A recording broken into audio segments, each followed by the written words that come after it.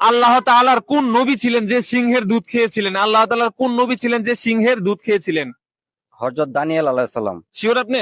হ্যাঁ। আলহামদুলিল্লাহ, ওনার উত্তর 100% সঠিক। উনি পেয়ে যাচ্ছে ছোট্ট একটা পুরস্কার।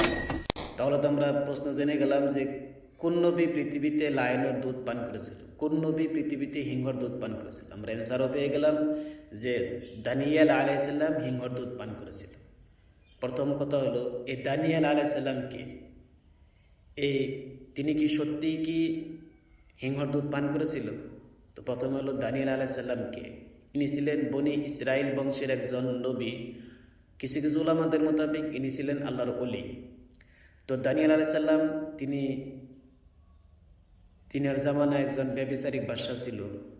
ওই ব্যভিচারিক বাদশায় ঘোষণা করে দিল, যে বাদশা বলল যে আমাকে ছাড়া অন্য কাউকে ইবাদত করবে তাকে কঠিন শাস্তি দিব, যে আমাকে ছাড়া অন্য কাউকে ইবাদত করবে তাকে আমি কঠিন শাস্তি দিব।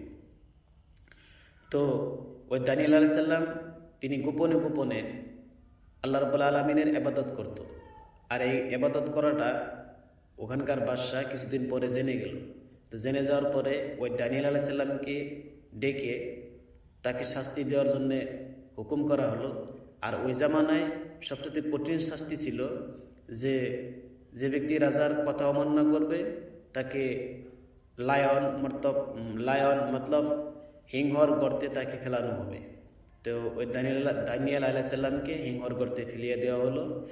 আর আল্লাহ রাব্বুল আলামিন হিংহর গর্তে ফেলে দেওয়ার পরে ওই হিংহর মুখটাকে আল্লাহ রাব্বুল আলামিন বন্ধ করে দিল।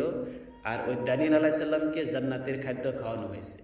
তো এই কথা স্পষ্ট বোঝা গেল যে দানিয়েল আলাইহিস সালাম হিংহর দুধ খায় নাই, বা দানিয়েল আলাইহিস সালাম হিংহর মাংস খায় নাই। তিনি খেয়েছে, আল্লাহ রাব্বুল আলামিন তাকে খেয়েছেন, জান্নাতের খাদ্য খেয়েছেন। তো তাকে রাজা কয়েকদিন পরে দেখতে গেল, দেখার পরে দেখে যে দানিয়েল আলাইহিস সালাম জিন্দা আছে, জীবিত আছে।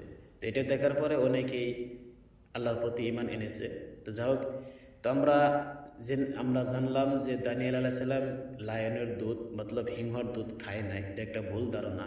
তো আমরা এই সমস্ত ভুল ধারণা নিয়ে আমরা থাকবো না, আমরা সবাই সঠিকটা জেনে নেব ইনশাআল্লাহ।